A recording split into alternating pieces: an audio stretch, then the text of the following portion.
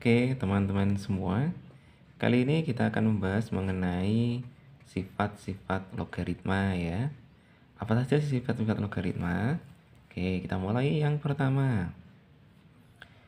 Jika ada A pangkat N logaritma B pangkat M, jadi bilangan pokoknya berpangkat, bilangan logaritmanya juga berpangkat, maka dapat disederhanakan menjadi M per N kali A logaritma B.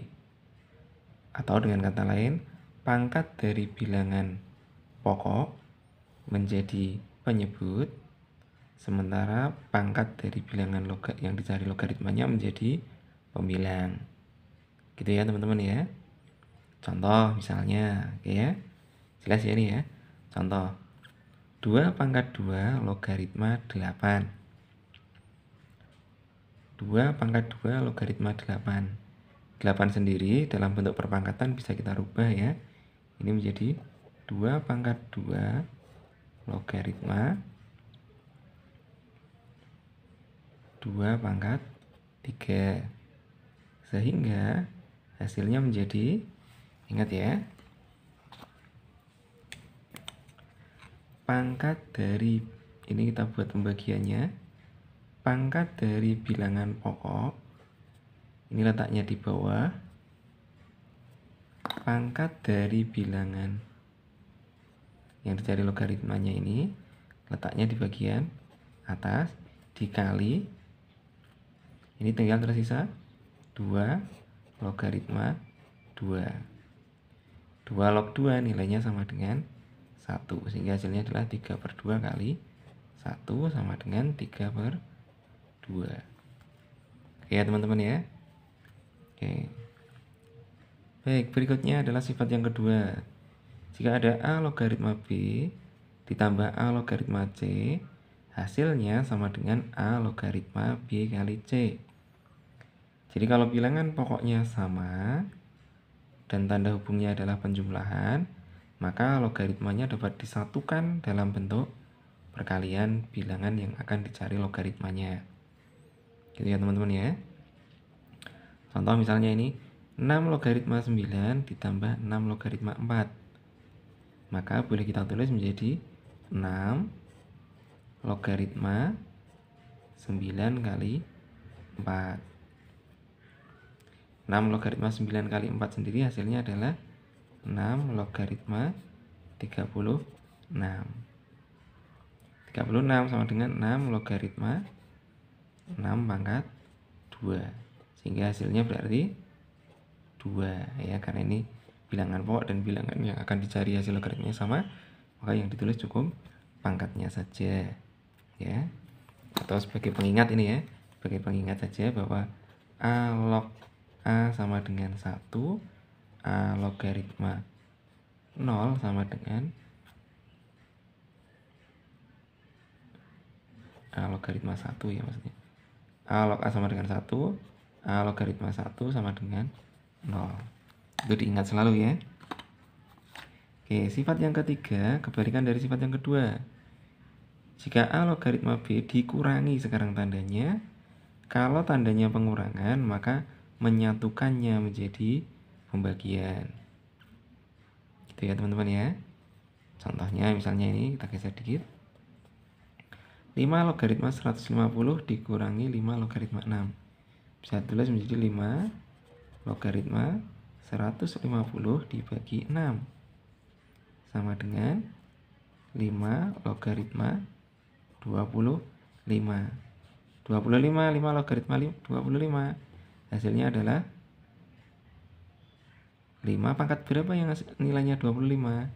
Yaitu 5 pangkat 2. Sehingga hasilnya adalah 2.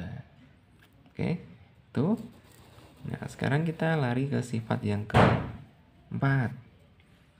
Jika ada suatu logaritma A logaritma B dikalikan dengan B logaritma C, jadi kalau ada bilangan logaritma yang akan dicari logaritmanya menjadi bilangan pokok pada logaritma yang kedua, maka boleh disederhanakan atau boleh dihilangkan, disatukan, tinggal diambil A logaritma C atau yang paling depan dengan yang paling belakang, dengan catatan ini sama persis ya bilangannya.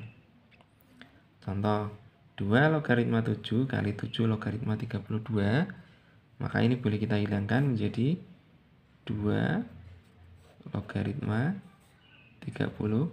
2 pangkat berapa yang hasilnya 32? Hasilnya adalah 5. Oke. Sifat yang kelima. Sifat yang kelima, A logaritma B boleh kita tulis menjadi seper B logaritma A. Kita tukar ya posisinya ya. Bilangan pokok menjadi bilangan yang dicari logaritmanya, maka nilainya kebalikan menjadi seper. Contoh 27 logaritma 3. Kita kesulitan mencari 27 logaritma 3. Boleh kita tukar menjadi 1 per 3 logaritma 27. Hasilnya menjadi 1 per 3 pangkat berapa yang hasilnya 27? Yaitu 3 pangkat 3. Sehingga hasilnya 27 adalah 3. Maka nilainya adalah seper 3. Kemudian sifat yang keenam, biasanya ini dipakai untuk pembuktian dan permisalan ya, dalam bentuk huruf ya, atau nilai-nilai tertentu. Misalnya ada A logaritma B, maka boleh diubah menjadi logaritma B dibagi logaritma A dengan bilangan pokok yang sama, bilangan pokok baru tetapi harus sama. Biasanya ini dipakai untuk menentukan pembuktian ya, pembuktian atau menentukan nilai jika diketahui nilai logaritma tertentu. Ya, contoh saja misalnya 5 logaritma 9. Maka ini boleh kita tulis menjadi logaritma 9 dibagi logaritma 15. Bilangan pokoknya bisa berapa saja, biasanya disesuaikan dengan apa yang diketahui. Misal ini boleh saya tulis menjadi 3 dan 3, jadi harus sama. Atau boleh menjadi yang lainnya. Kalau 3 log 9 berarti nilainya 2 per 3 logaritma 15. Seperti ini menulisnya ya. Atau kita kembalikan ke sifat 5 tadi, maka boleh ditulis juga menjadi 2 kali 15 logaritma 3. Seperti ini juga boleh ya. Ya, contoh saja. Oke, kemudian sifat yang ketujuh, jika ada perpangkatan logaritma, ada A dipangkatkan A logaritma B, jadi ini bilangan pokok pangkat dengan bilangan pokok logaritmanya sama ya, maka hasilnya adalah B. Contoh 2 pangkat 2 logaritma 21, maka hasilnya adalah 21. Itu ya teman-teman ya. Itulah 7 sifat yang sering muncul, di mana penggunaan sifat-sifat ini bisa salah satu, bisa beberapa, atau bahkan bisa semuanya harus kita pakai dalam menyelesaikan soal. Itu. Demikian pembahasan singkat mengenai sifat-sifat logaritma. Selanjutnya nanti kita akan bahas contoh soal logaritma. Terima kasih, sampai jumpa ya teman-teman semua ya.